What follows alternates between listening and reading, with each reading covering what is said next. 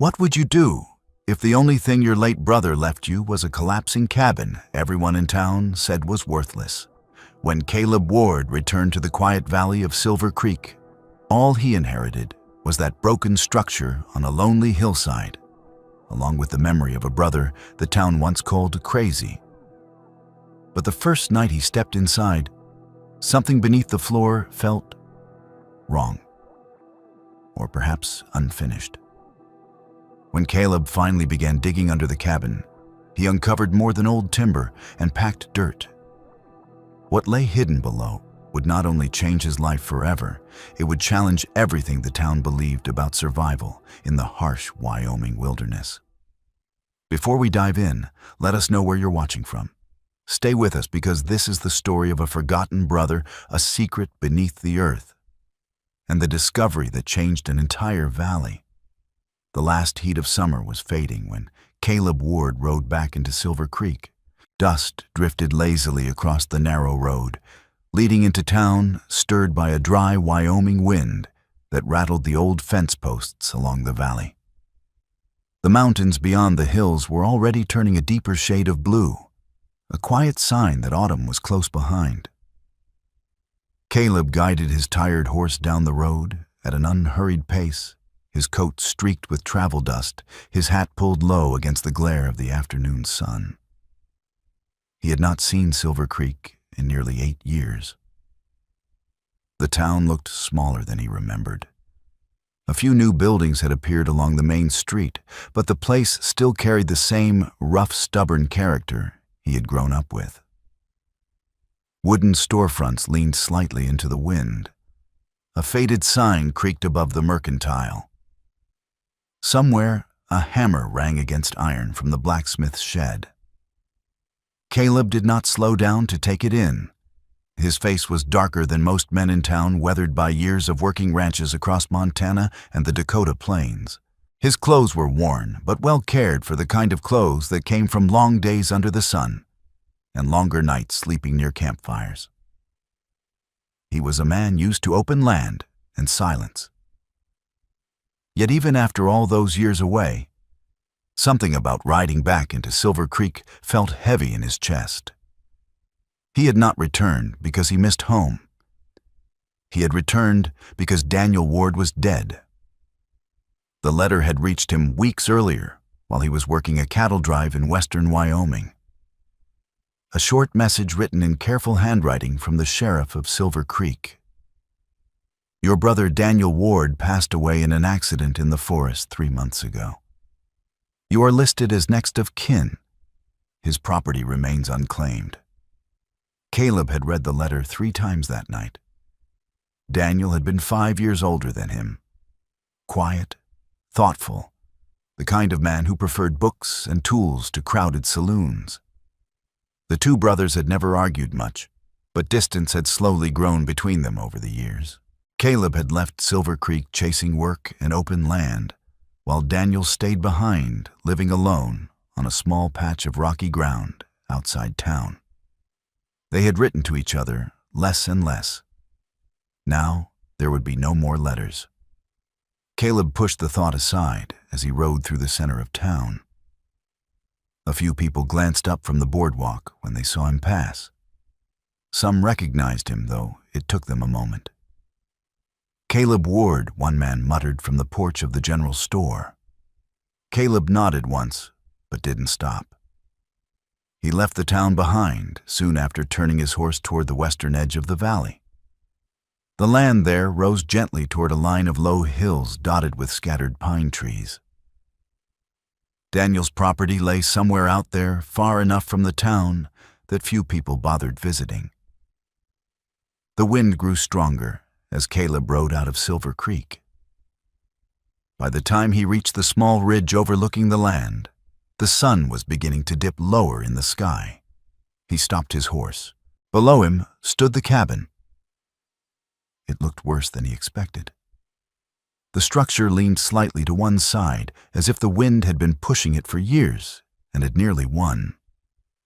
The roof sagged in the middle where several boards had warped and split. One corner of the porch had collapsed, leaving the railing hanging crookedly. The wooden walls were gray and dry from years of weather. Gaps showed between the planks where the wood had shrunk and twisted. It was the kind of cabin most men would have abandoned long ago. Caleb rode down slowly and dismounted near the front. The door hung half open on a loose hinge. A single board creaked under his boot as he stepped onto what remained of the porch. But it wasn't the cabin itself that caught his attention. It was the ground around it. Patches of soil had clearly been disturbed at different times. Some places had old mounds of dirt hardened by sun and rain. A rusted shovel leaned against the side wall of the cabin. Nearby, a pickaxe lay half buried in dry grass. There were signs of digging everywhere. Caleb crouched and brushed a hand over one of the old piles of dirt. Daniel had worked here for years, long enough to leave marks that the weather had only partly erased. Caleb straightened and looked back at the crooked cabin again. Now it felt different. Less like an abandoned shack and more like the surface of something unfinished. He stepped inside. Dust floated through narrow beams of sunlight, shining through the cracks in the walls. The cabin smelled of dry wood-cold stone and old oil from lanterns. It was small. Just one main room with a rough table, a narrow cot, and a small iron stove in the corner. Everything inside looked worn but organized. Daniel had lived simply, but not carelessly. Caleb spent a few minutes walking slowly through the room, touching the edge of the table, running a finger across the top of the stove. There were no signs of panic or sudden abandonment. Whatever had happened to Daniel in the forest, it had not happened here. Later that afternoon, Caleb rode back into Silver Creek to ask questions. The town hadn't changed much, but people still noticed when someone from the past returned. By the time Caleb stepped into the saloon, a few heads had already turned. "Thought you disappeared for good," someone said from the bar. Caleb ignored the comment and ordered a drink. He asked about Daniel. The answers came quickly, though none of them were very helpful. Your brother kept to himself. Hardly came into town. Spent most of his time digging around that place of his. One man laughed, always buying rope lantern oil tools, shovels mostly. Said he was working on something. What kind of something, Caleb asked. The man shrugged. Didn't say. Folks figured he'd lost his mind living alone that long. Another voice from the corner added, he died out in the forest. Fell from a ridge while checking traps, they said. Sheriff found him the next day.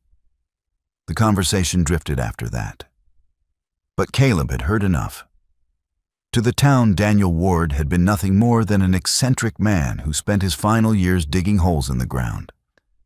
Caleb finished his drink and stepped outside. That was when Hank Mercer approached him. Hank Mercer was one of the most recognizable men in Silver Creek. Thick-shouldered, broad-chested, with a beard streaked with gray and hands hardened by decades of working timber. He owned the largest lumber operation in the valley and had built half the cabins in town. He nodded toward Caleb. Been a long time, Ward. Caleb nodded back. Hank. Mercer leaned against the hitching rail and studied him for a moment. You went out to see your brother's place, yet just came from there. Mercer let out a slow breath. Then I'll save you the trouble. Best thing you can do is sell that land and move on. Caleb didn't answer. Mercer continued. That cabin won't survive a Wyoming winter. Not even close. Roof's 2 weak walls are full of gaps. First, heavy snow will bring the whole thing down. He paused and added bluntly, your brother wasted a lot of years out there chasing something that didn't exist. Caleb's jaw tightened slightly. Maybe he said quietly, or maybe he saw something everyone else missed. Mercer shook his head. I build houses for a living, son. I know what holds up and what doesn't. That place is a lost cause. Caleb didn't argue further. He simply tipped his hat and walked away. The next morning he returned to the cabin with a clear decision. He would stay for a while. Not forever. Just long enough to repair the worst parts of the structure and decide what to do with the land. He began with the basics. The front door needed tightening.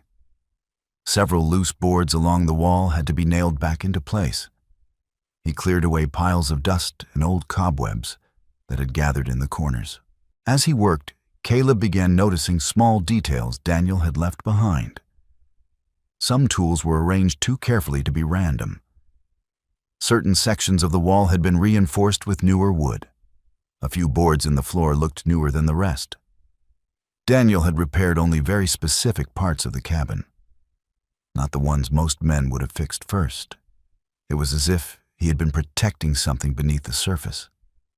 Late in the afternoon, while moving a crate across the floor, Caleb heard something strange. The board beneath his boot gave off a hollow sound. He stopped. Most cabins built directly on earth had a dull, solid thud when you stepped on the floorboards. This sound was different.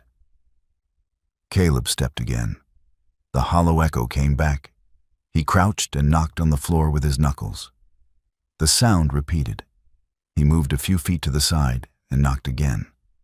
Solid, then back to the first spot. Hollow. Caleb fetched a pry bar from his saddlebag and slid the metal edge between two boards. The nails creaked as the wood slowly lifted free. As the board came loose, a rush of cool air drifted up from the darkness below, and with it came the faint smell of earth. Caleb pulled another board away, then another. Soon a dark opening appeared beneath the floor. He grabbed the lantern from the table, lit it, and lowered the light into the gap. What the lantern revealed made him freeze. Beneath the cabin floor was not a shallow hole. It was a structured space. Wooden beams supported the ceiling in careful intervals. The dirt walls were cut cleanly and reinforced with timber. And instead of dropping straight down like a well, the space opened into a horizontal tunnel leading deeper into the earth. Caleb stared at it for several long seconds. Daniel hadn't been digging randomly. He had been building something. That evening, Caleb rode back into town again, carrying the lantern and the questions that came with it. He found old Tom Bennett sitting outside the blacksmith shop. Tom was one of the oldest men in Silver Creek, a hunter who had lived in the valley longer than most people could remember. When Caleb described what he had found under the cabin, the old man didn't laugh. Instead, he rubbed his chin slowly. "Your brother said something to me once," Tom murmured. Caleb waited. Tom looked toward the hills beyond town. "He told me the ground keeps its heat better than any stove ever could." Caleb frowned slightly. Tom nodded. "Back then I thought he was just talking strange." The old hunter glanced back at Caleb. "But maybe your brother knew something the rest of us didn't. Did Caleb's brother really leave him nothing more than a broken old cabin? Or was there something hidden beneath it that no one else could see? Tell us what you think in the comments, and don't forget to subscribe before we dive into the most powerful part of the story." Caleb hardly slept that night. The discovery beneath the cabin floor kept replaying in his mind long after the lantern had burned low. Every time he closed his eyes, he saw the wooden beams, the dark tunnel stretching into the earth, and the careful structure that could not possibly have been the work of a madman. By the time the first pale light of morning crept through the cracks in the cabin wall, Caleb was already awake. He stepped outside into the cool dawn air, breathing slowly while the wind had moved through the scattered pine trees behind the cabin. The valley was quiet. Silver Creek lay miles away, beyond the low hills still wrapped in early morning silence. But Caleb's thoughts were far from calm. There was something under that cabin. Something his brother had built over months or years hidden beneath the floor where no one could see it. And Caleb needed to know what it was. He spent the next hour widening the opening in the floor.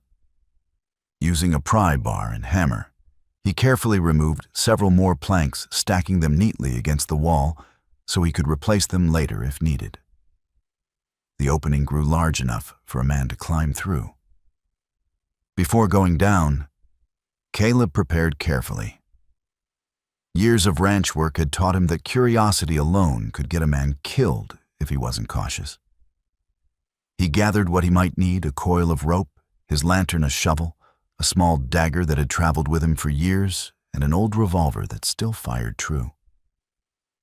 He tied the rope securely to one of the cabin's main support beams and lowered the lantern into the darkness below. The light swayed gently, casting long shadows along the wooden supports. Then Caleb climbed down. The moment his boots touched the ground beneath the cabin, he felt the difference. The air was cooler than above, but not cold. It carried the dry scent of packed earthstone and old wood. More than anything, there was a stillness to it. The sounds of the outside world, whined distant birds, creaking boards, vanished almost completely. It felt like stepping into a different world. Caleb lifted the lantern higher and slowly entered the tunnel. The passage was narrow enough that he had to stoop slightly as he walked. Wooden support beams stood at regular intervals, holding the ceiling in place. Each one had been cut carefully and wedged firmly against the surrounding earth. He paused beside the first beam and tested it with his hand. Solid. The crossbeams were tightly fitted. The vertical posts were spaced evenly, exactly the way a professional miner might reinforce a tunnel. This was not the desperate digging of a man losing his mind. Daniel had planned this. Caleb moved deeper into the tunnel, examining the walls. The earth had been compacted smooth, and in places it had been reinforced with flat stones hammered into place. Whoever built this knew what they were doing. The realization made Caleb uneasy. Because if Daniel had spent so much time building something this deliberate, then the tunnel was only the beginning. The passage continued for perhaps 20 feet before widening suddenly. Caleb stepped forward and stopped. The lantern light spread across a much larger space. Before him was a chamber carved directly into the earth and rock beneath the cabin. It was far bigger than he expected. The floor had been flattened and packed tight. The ceiling curved slightly upward in a shallow arch, a shape meant to distribute the weight of the earth above it. The corners were not jagged or collapsed, but shaped deliberately. Daniel hadn't just dug a hole. He had carved a room. Caleb walked slowly into the chamber, turning the lantern in a wide circle. The walls were reinforced with both wood and stacked stones. Flat rocks had been arranged like crude masonry in several places, adding strength where the soil changed texture. The entire space felt surprisingly stable. It wasn't a temporary shelter. It was the foundation of something meant to last. Caleb's boots left faint prints in the dry soil as he crossed the room. A rough wooden table stood near one wall. It had been built from old planks, but the joints were tight and the legs sturdy. Nearby were several wooden crates stacked neatly against the wall. On a small shelf hammered into the stone rested a few metal tools and a lantern almost identical to the one Caleb held. And near the center of the chamber sat the most striking object of all: a small iron stove. The stove was old but not broken. A thin layer of ash rested inside the firebox, and faint black stains marked the ground around it. Daniel had used this place. Caleb crouched beside the stove and brushed a finger through the ash. It crumbled easily. Not recent, but not ancient either. He stood and slowly turned around, letting the reality sink in. His brother had not simply been digging beneath the cabin. He had been building a place to live. Caleb moved toward the wooden crates. The first contained simple supplies: metal bowls, a coil of rope nails, and a hammer. The second crate held folded blankets, several pieces of worn clothing, and a few personal belongings Daniel must have brought down here. Nothing about the arrangement was random. Everything had been placed carefully, as if Daniel expected to spend long hours or perhaps entire days inside this underground room. Caleb leaned against the wall, trying to imagine his brother working here alone. Night after night. Year after year. The town had laughed at him, called him strange, called him obsessed. Yet what Caleb saw around him did not look like madness. It looked like preparation. He returned to the table and noticed something he had missed before. A small drawer hidden beneath the surface. Caleb pulled it open. Inside lay a leather-bound notebook. The edges of the pages had yellowed slightly with age, but the cover remained intact. Caleb picked it up slowly. For a moment he simply held it, feeling the weight of it in his hands. Then he opened the first page. The writing was Daniel's. Short, precise, neat. The early pages were filled with measurements and numbers. Tunnel length, depth below the cabin floor, number of support beams used, notes about soil density and stone layers. Caleb flipped through the pages carefully. The further he read, the clearer it became that this notebook was not the rambling journal of a lonely man. It was a record of a project. Several pages contained detailed hand-drawn diagrams. One sketch showed a side view of the cabin above and the tunnel beneath it. Another illustrated the underground chamber. There were arrows marking directions and notes about wind patterns across the valley during different seasons. Caleb paused at one page where Daniel had written in larger letters than usual, "Surface temperatures change violently. Subsurface temperatures remain stable year-round." Caleb read the line twice. He remembered old Tom Bennett's words from the previous evening. The ground keeps its heat better than any stove. The notebook continued with further observations. Daniel had written about how wooden cabins above ground constantly battled the elements. Summer heat seeped through the walls. Winter cold invaded through every crack. But deep underground, the earth behaved differently. According to Daniel's notes, the temperature below a certain depth changed very little throughout the year. The soil and stone acted like a massive natural shield protecting whatever lay beneath from sudden shifts in weather. If a person could control airflow and moisture, Daniel believed an underground home could remain comfortable even during the worst Wyoming winter. Caleb sat down heavily at the table. He stared at the page in silence. The town had believed Daniel was digging holes out of madness. But Daniel had been studying the land, studying the earth itself. One passage in the notebook was written in a more personal tone. "People build houses to fight the land," Daniel had written. "But the land has already built the strongest walls imaginable. Perhaps we only need to learn where to stand." Caleb closed the notebook slowly. For the first time since arriving in Silver Creek, he felt something shift inside him.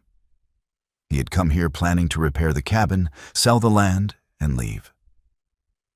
Now he realized the cabin was never meant to be the real house at all. It was just the doorway. He stayed in the underground chamber for a long time after that thinking. When Caleb finally stood again, his decision had already formed. He would not abandon this place. He would finish what Daniel had started. Over the next several days, Caleb worked almost entirely underground. During daylight, he shoveled dirt and cleared debris. At night, he sat beside the lantern reading Daniel's notebook, studying the diagrams and comparing them to the tunnels already carved through the earth. At the far end of the chamber, one passageway continued only a short distance before stopping abruptly. According to the notebook, Daniel had intended to extend it further. Caleb grabbed his shovel and began digging. The soil in that section was harder and mixed with gravel. progress was slow, and every few feet he stopped to install new wooden supports just as Daniel had done. Despite the exhausting labor, Caleb found himself becoming strangely absorbed in the work. Each new beam he placed, each shovelful of earth removed, made him feel as if he were walking in his brother's footsteps. Daniel had begun the path. Caleb was simply continuing it. After several days of digging, something changed. The soil ahead felt lighter, and the air shifted. It was subtle at first, just a faint coolness brushing against Caleb's face. He paused, listening. There was a slight movement in the air, almost like a breath. Caleb swung the shovel again. The metal blade struck empty space. A pocket of loose dirt collapsed, revealing another tunnel beyond. Caleb knelt and widened the opening carefully. The second passage was narrower than the main chamber and slanted upward at a gradual angle. He raised the lantern and followed it. The tunnel climbed steadily until it reached a vertical shaft lined with stone. A narrow well. Caleb carefully climbed upward. When he emerged at the top, he found himself standing on the small hill behind the cabin. The shaft had been cleverly concealed beneath rocks and dry grass. From a distance, it looked like nothing more than a patch of uneven ground. Caleb stood there for a long moment, staring down toward the cabin. Then he understood.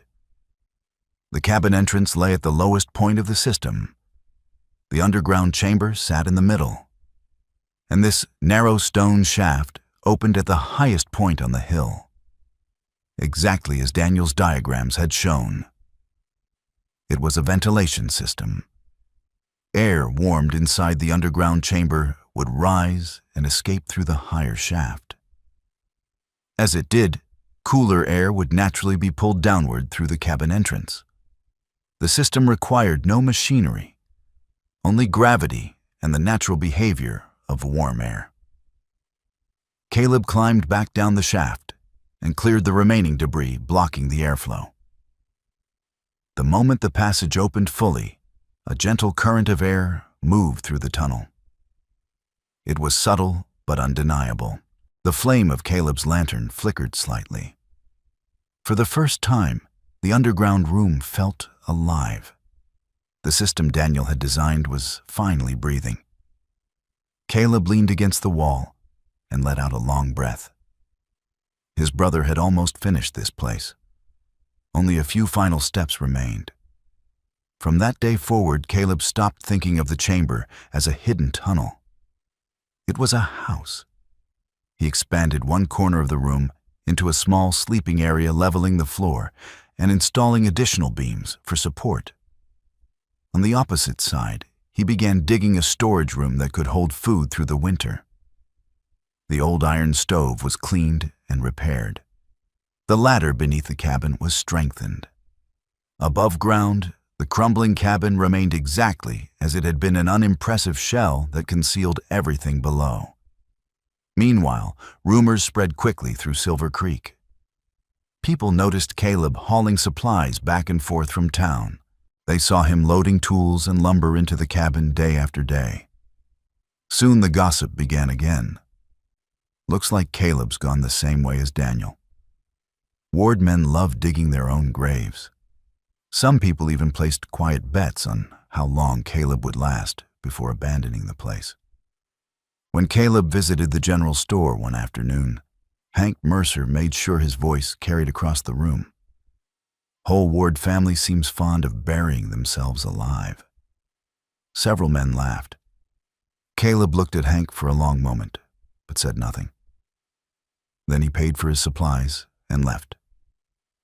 His silence spoke louder than any argument. The only person in town who reacted differently was Hank's daughter, Sarah Mercer. One afternoon, she stopped Caleb outside the store. "I saw a few pages from Daniel's notebook," she said quietly. Caleb studied her face. And it wasn't madness, she said. The numbers made sense, the diagrams too. Caleb nodded slowly. Most people just never looked closely enough. Sarah glanced toward the distant hills where the cabin stood. "Maybe your brother understood something the rest of us didn't." Her words stayed with Caleb as he rode back to the cabin that evening. When he climbed down into the underground chamber again, the air moved gently through the tunnels. The stove stood ready. The sleeping alcove had begun to take shape, and the small storage room was nearly finished. Caleb stood in the center of the chamber and looked around. At last he understood. Daniel had not left him a broken cabin. He had left him the beginning of something extraordinary. A house hidden beneath the earth. A house the entire town had been too quick to dismiss. Autumn closed quietly over Silver Creek. After the underground ventilation system finally began working the way Daniel had designed it, Caleb entered the busiest stretch of work he had known since returning to the valley. The days grew shorter and sharper, and the air carried that familiar Wyoming promise that winter was waiting somewhere just beyond the mountains. The last weeks of fall slipped by quickly. Every morning, the valley felt a little colder. Frost appeared along the fence rails at dawn. The wind sweeping down from the hills grew harsher, carrying the dry whisper of pine needles rubbing against one another. The grass that had once been bright summer green faded into brittle gold beneath the low sun. Caleb noticed every change. He had lived enough winters on the plains to recognize the warning signs. Time was running out. Everything Daniel had built beneath the cabin was only a beginning. The tunnels were stable, the ventilation shaft worked, and the main chamber had taken shape. But if Caleb planned to survive the Wyoming winter underground, the place needed to be finished before the heavy snow arrived. While the rest of Silver Creek spent its days stacking firewood, sealing cracks in walls, and repairing roofs before the first blizzard, Caleb worked toward a completely different kind of preparation. He was not preparing to fight the winter above ground. He was preparing to step beneath the earth and let winter pass over him. Nearly every daylight hour was spent underground.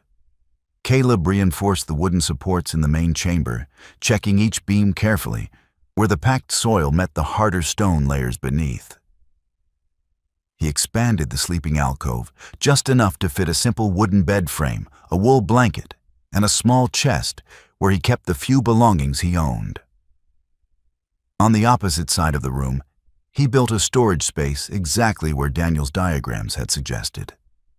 Wooden shelves were fitted tightly against the wall, but spaced carefully so air could circulate behind them.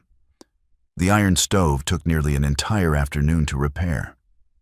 Caleb dismantled it piece by piece, clearing out the old ash and straightening a bent section of the pipe that Daniel must have damaged during the last winter. Once cleaned and reassembled, the stove looked almost new again. Above ground, Caleb repaired the cabin only enough to serve its new purpose. A few rotten planks were replaced. The trapdoor leading down into the earth was reinforced and sealed more tightly so drifting snow could not fall through. Gaps in the walls were stuffed with scrap cloth and wood shavings. The cabin no longer needed to be a home. It had become something else, a shell, a disguise, a thin wooden skin hiding the true house below. With every day of work, Caleb felt more certain of something Daniel must have understood long ago. The underground home did not need to be large. It did not need to be beautiful. It only needed to obey the principles Daniel had discovered. If the earth could shield them from the wind and cold, then even a small chamber underground could be safer than the strongest wooden cabin in the valley. Once the structural work was finished, Caleb turned to survival. He carried sacks of flour, dried beans, potatoes, salted pork, and barrels of water down the ladder into the underground storage room. Each item was placed carefully along the shelves so supplies could be reached easily, even in darkness. Food for several weeks, maybe longer. But the most unusual part of Caleb's preparation was the firewood. Compared to the towering stacks being built beside houses in Silver Creek, Caleb's pile was surprisingly small, just enough for cooking and a small, steady fire. People in town quickly noticed. One man from the general store even laughed when Caleb purchased only a few bundles. "You planning to freeze down there, Ward?" Caleb simply shrugged. He had already read Daniel's explanation many times in the notebook. Underground homes did not fight the cold the way wooden houses did. The earth itself stored warmth. The stove would only add a little extra comfort. Most of the heat would come from the thick layers of soil and stone surrounding the chamber. Caleb trusted Daniel's reasoning. But trusting that theory also meant one thing. He was placing his life in the hands of his dead brother's understanding of the earth. Meanwhile, the people of Silver Creek continued to watch him with growing disbelief. From their perspective, Caleb was simply repeating Daniel's strange obsession. They saw him hauling supplies underground, reinforcing the decaying cabin, and vanishing beneath the earth for hours at a time. To them, the Wyoming winter was not a thing a man experimented with. It was something a man survived only by doing things the proven way. And Caleb Ward was not doing things the proven way. Rumors returned quickly. "Ward's going to freeze down there. That dirt hole will turn into a tomb once the snow comes. By midwinter, he'll crawl back into town, begging for help." Caleb heard most of those comments whenever he rode into town to buy supplies. But unlike the day he first returned, the words no longer shook him. He had already crossed too far into Daniel's world to turn back. More importantly, Caleb no longer felt like he was only protecting his own life. He was protecting the truth Daniel had never been given the chance to prove. By early December, the first true signs of winter began to show. Snow fell more frequently along the hills around Silver Creek and began staying on the ground instead of melting by afternoon. The wind shifted direction, sweeping straight through the valley with a sharper, angrier tone. One morning, Caleb noticed a thin layer of ice forming along the rim of a bucket, left outside overnight. The dry grass cracked beneath his boots like brittle straw. Night came faster each evening, bringing a darkness that seemed heavier than before. For most people in Silver Creek, these were simply the normal rhythms of winter in the mountains. But for Caleb, they felt like a ticking clock. He inspected everything repeatedly. The trapdoor above the ladder, the ventilation shaft on the hill, the repaired iron stove, the food stores, the blankets in the sleeping alcove. Everything had to be ready before the valley was locked beneath deep snow. The contrast between Caleb and the town grew sharper each day. Above ground, people sealed their homes tighter and tighter against the cold. Below ground, Caleb prepared to enter a place he believed winter could barely touch. Then January arrived, and with it came the storm. It began on a morning that seemed perfectly ordinary. The sky over Silver Creek was pale blue, and the air was cold but calm. Ranchers moved slowly through the streets, leading horses to the watering trough. Smoke rose lazily from chimneys. But by midday, the western horizon had darkened. A wall of gray cloud rolled down from the mountains like a gathering army. The temperature dropped rapidly. The wind, which had been nothing more than an occasional gust earlier, grew into a steady howl. Caleb stood outside the cabin and watched the sky change. He knew what was coming. Before the wind strengthened further, he moved quickly. He secured the horse behind a rocky ridge where the wind could not strike directly. Tools were tied down, loose boards were nailed tight. Then he climbed down into the underground chamber and sealed the trapdoor above him. Only hours later, the storm struck Silver Creek. It did not arrive gently. The wind roared across the valley like a living creature slamming against wooden walls and tearing loose snow into the air. The flakes did not fall downward, but flew sideways, spinning across the land in violent white currents like sand in a desert storm. The temperature plunged. 40 degrees below zero. Step outside for a few minutes and the air could freeze the moisture in your breath. Silver Creek vanished. Roads disappeared. Fences were buried. Barns and rooftops blurred beneath a swirling white chaos. This was not a snowstorm. It was a judgment. Inside the town, the weaknesses of every wooden house began to reveal themselves. Wind forced its way through cracks in the walls, racing across the floor in icy streams. Windows frosted from the inside until the glass turned white and opaque. Families stuffed rags, paper, and blankets into every seam they could find. But it made little difference. The cold had already entered. It was inside the air itself. Inside every breath. Fires roared inside stoves and fireplaces devouring wood at terrifying speed, yet their warmth reached only a few feet beyond the flames. Outside that narrow circle of heat, the rooms remained bitterly cold. Many families abandoned entire sections of their homes, gathering together in a single room where they could share what little warmth remained. Pride and frontier toughness meant nothing in the face of such cold. Every man and woman in Silver Creek had the same desperate goal. Keep the fire alive. Keep the children warm. Survive until the storm ended.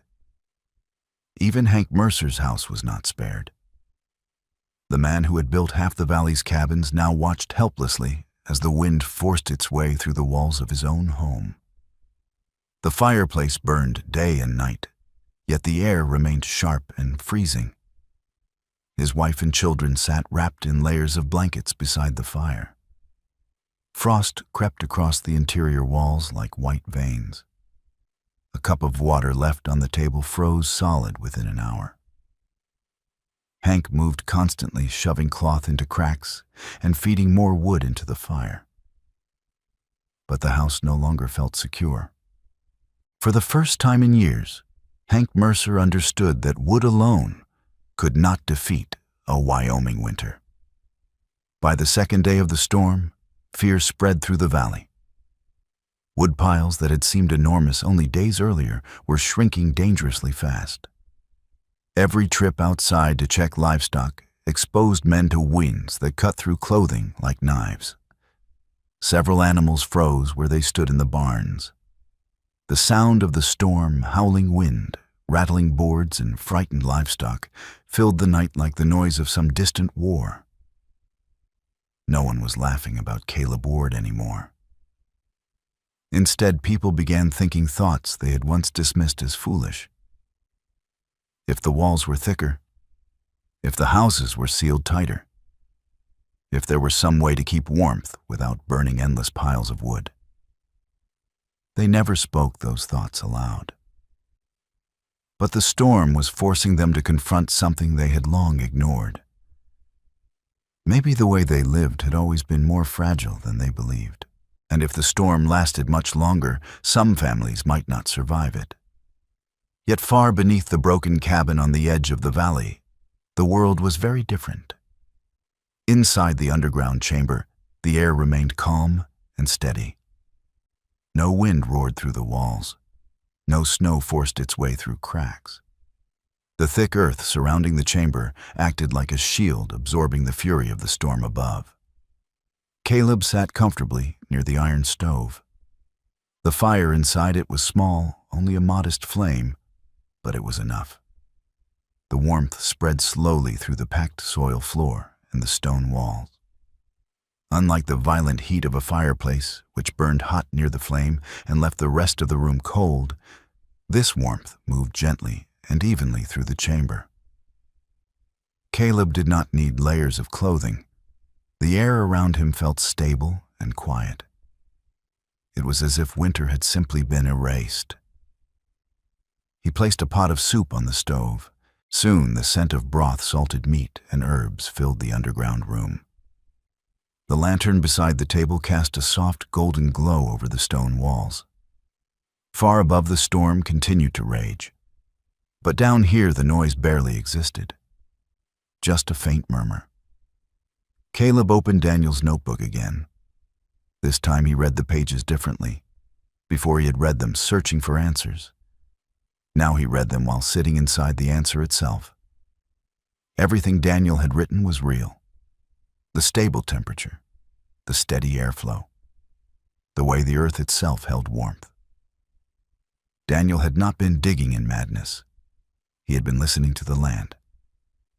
For 3 days and 3 nights, the storm buried Silver Creek beneath relentless snow and wind. People lost track of time inside their freezing homes, counting hours only by how often they fed wood into the fire.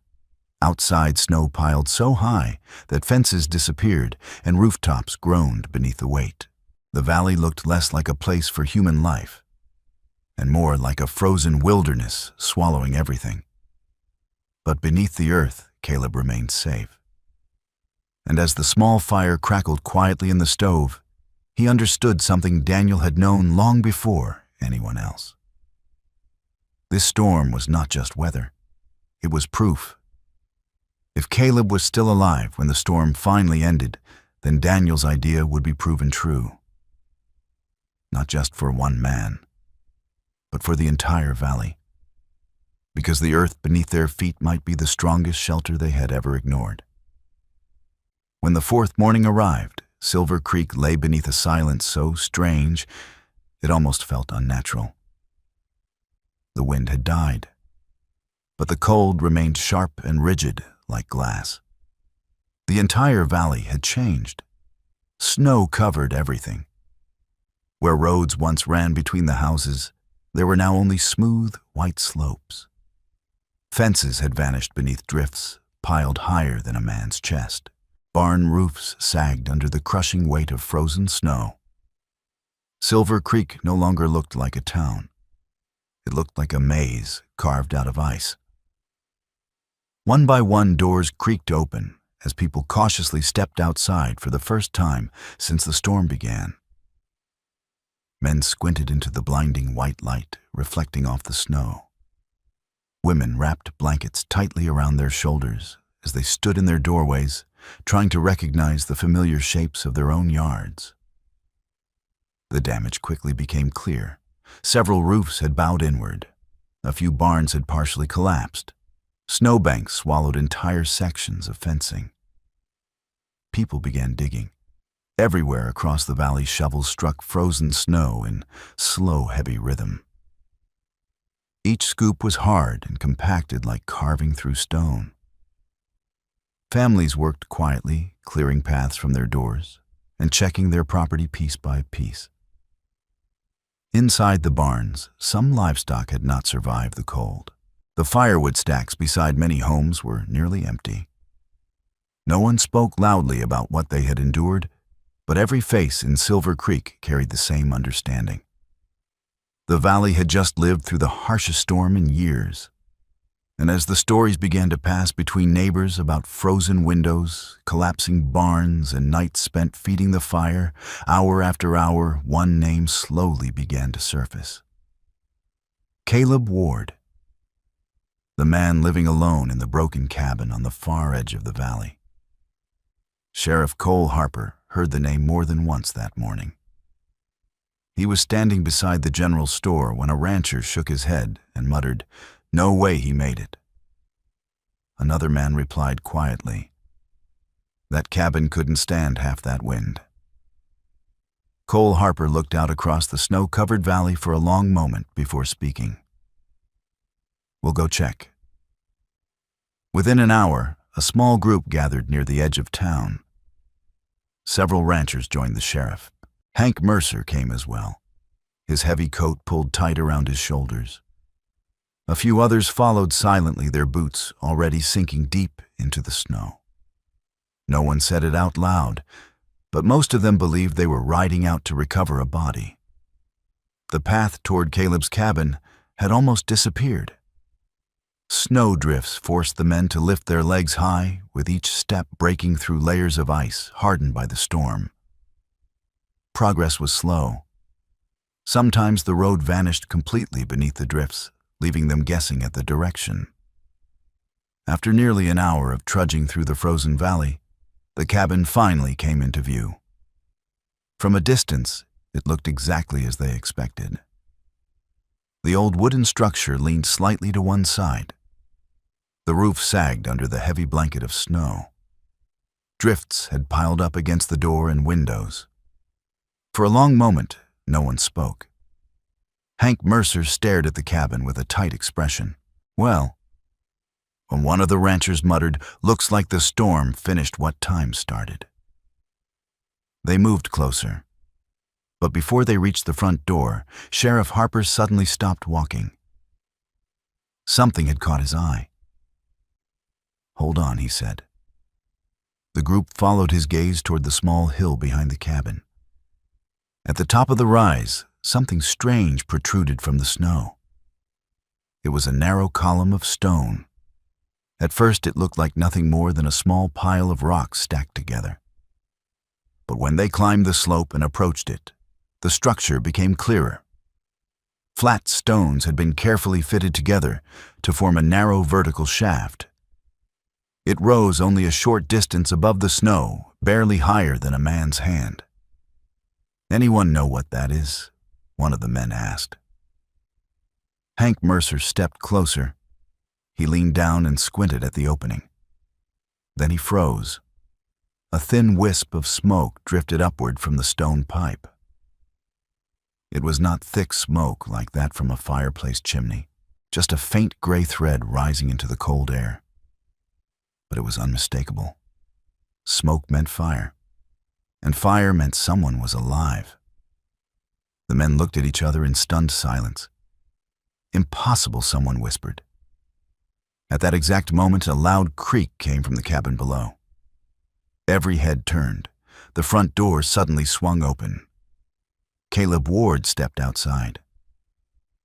He stood on the porch, pulling his coat tighter around his shoulders as he looked up toward the group gathered on the hill. For several seconds, no one moved. Caleb looked healthy, not frozen, not weak. His face carried a normal color, his breath steady in the cold air. The sight made the entire group stare in disbelief. They had just walked through a town where men had nearly frozen inside their own homes. Yet here was Caleb Ward, stepping out of what had seemed like the worst shelter in the valley. Caleb glanced up toward them. "Well," he called calmly, "you boys planning to stand up there all morning?" The men slowly made their way down the slope. As they approached the cabin, a strange sensation reached them. Warm air. It drifted faintly from the open doorway. In the brutal cold of the valley, that warmth felt almost unreal, like the breath of some hidden creature beneath the earth. Hank Mercer stopped at the doorway and looked at Caleb. "You're telling me," he said slowly, "you spent the whole storm in here?" Caleb gave a small smile. "If you want to understand how I survived," he said, "you better come take a look."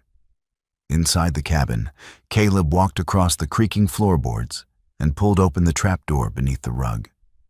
A wooden ladder descended into darkness. Sheriff Harper stepped forward first. He lowered himself carefully down the ladder. The moment his boots touched the ground below, he paused. He blinked. Because the first thing he noticed was not the darkness, it was the temperature. The air underground was noticeably warmer than outside. Not hot, just comfortable. Sheriff Harper looked around the chamber in astonishment. "Well, I'll be damned," he murmured. One by one, the others climbed down the ladder. Each man paused when he reached the bottom. Within seconds, they could all feel it. The storm had vanished. Only a few feet beneath the earth, the savage winter raging above seemed to have lost its power completely. The underground room was larger than any of them expected. The ceiling was high enough for a man to stand comfortably. Wooden support beams held the earth in place at precise intervals. The walls were smooth and solid. In the corner, a small iron stove burned quietly. The flame inside it was modest, almost gentle. Yet the entire chamber felt warm. No wind, no frost, no sound of the storm. just stillness. Several men walked slowly across the room, placing their hands against the walls. The packed soil felt cool, but not cold. Nothing like the frozen wooden walls of their homes above. Sheriff Harper turned slowly in a full circle. "You've been living down here?" he asked. Caleb nodded.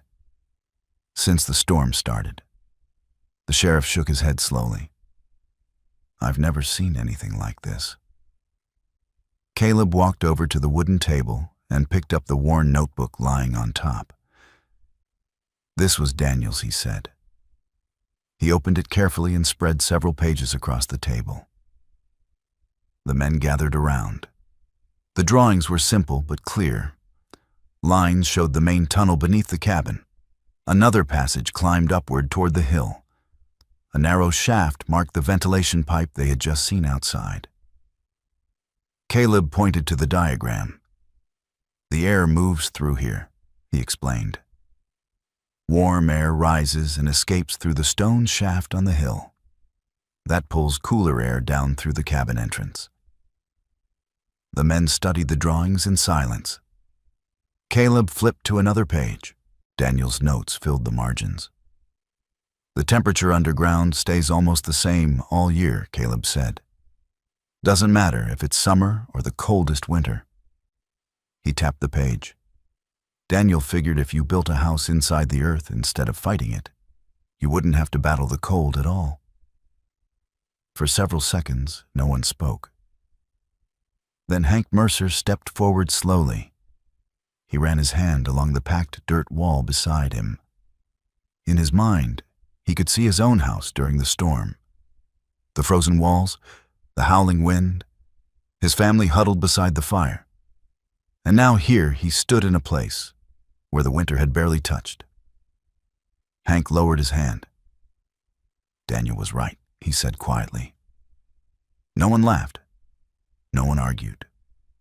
Because they were standing inside the proof. By the time spring arrived, the story of Caleb's underground house had spread across the entire valley. At first, people simply came to see it. Then they began asking questions. How deep did you dig? How thick should the roof be? What about the ventilation shaft? Even Hank Mercer returned several times. The man who once mocked Daniel now studied the underground design carefully. With his knowledge of carpentry and construction, he helped improve several parts of the system, reinforcing tunnel supports, strengthening entrances, and building sturdier stone ventilation shafts. The following summer, Silver Creek began to change. Instead of building every home above ground, many families started digging houses into the hillsides. These new homes were not dark caves. They were warm, stable shelters protected by the earth itself. They required far less firewood, and they remained comfortable even when winter returned. Through it all, Caleb never rebuilt the cabin above. He continued living exactly where Daniel had intended.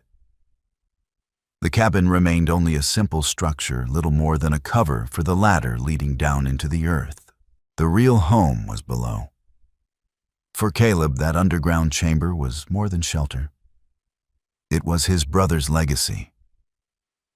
Years passed after the winter that nearly buried Silver Creek. Time softened the memory of the storm, but it never erased it. People in the valley still spoke about the winter of 1887 in quiet tones when the nights grew cold and the wind began to sweep down from the mountains.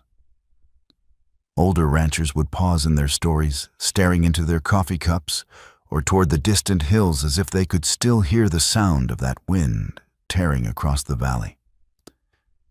They remembered frozen windows, collapsing barns, and the long nights spent feeding wood into dying fires. But they also remembered something else. They remembered the man who had survived the storm in a place where no one else would have thought to live. After that winter, Silver Creek was never the same town again. At first, the change was slow. A few families who had nearly frozen inside their cabins during the storm began experimenting with small root cellars beneath their homes. At first, those underground rooms were simple little more than storage spaces dug into the earth.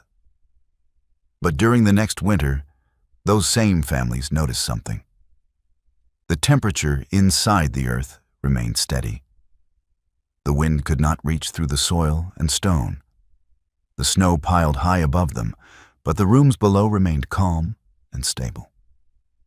Little by little, the idea began to spread. More families dug deeper. More tunnels appeared beneath the hillside surrounding the valley. And with each passing winter, people discovered the same truth Daniel Ward had once tried to explain. The earth itself could be a shelter.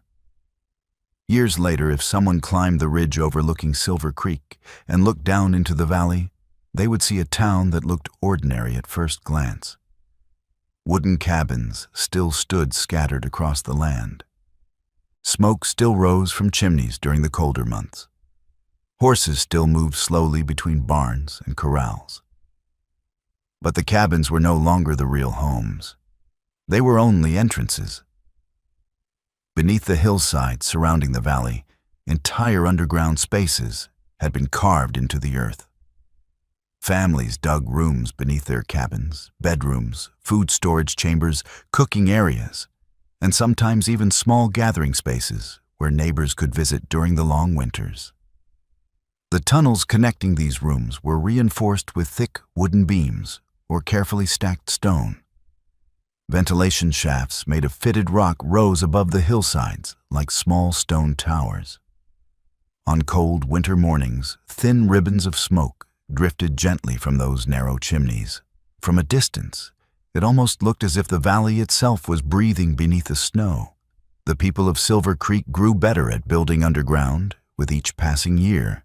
What began as simple shelters gradually evolved into well-designed homes. Some families expanded their tunnels into entire networks of connected rooms. Walls were reinforced with stone ceilings supported by heavy timber beams, and ventilation systems followed the exact principles Daniel had drawn in his old notebook. The changes were remarkable. During winter, families needed far less firewood. Temperatures inside the underground homes remained steady even when the wind howled across the valley.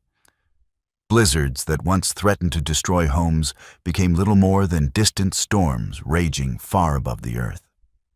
Silver Creek slowly transformed into something entirely different from the other mountain towns scattered across Wyoming. Visitors noticed the difference immediately. Traveling merchants or new settlers passing through the valley often found the place confusing at first. From the outside, Silver Creek looked small and quiet, almost unremarkable. But once a traveler stepped inside one of the cabins, the mystery revealed itself. In many homes, a trap door in the floor opened to reveal a wooden ladder descending into the earth. Below that ladder waited warm underground rooms filled with light food and the calm comfort of stable air. Many travelers stared in disbelief. "You mean the whole town lives down there?" one merchant once asked. A rancher laughed. "Most of the winter, yes." Some visitors began calling Silver Creek by unusual names: the underground valley, the town beneath the hills. And sooner or later, every visitor asked the same question. Who came up with this idea? The answer was always the same: Daniel Ward. The story was told again and again, around kitchen tables in barns and beside winter fires. People spoke about a quiet man who had once lived alone on the edge of the valley. A man who spent years digging into the earth while the rest of the town laughed at him. They remembered how strange he had seemed, how he bought tools and lumber without explaining what he was building, how people had whispered that he had gone mad from loneliness. But the story never ended with those memories. It always ended with the storm. The winter when the valley nearly froze. The winter when Caleb Ward survived beneath the ground in a house no one believed could work. And how after the storm, the entire town climbed down that ladder and saw the truth for themselves. Over time, Daniel Ward's name slowly changed in the way people spoke it. He was no longer the strange man who dug holes in the dirt.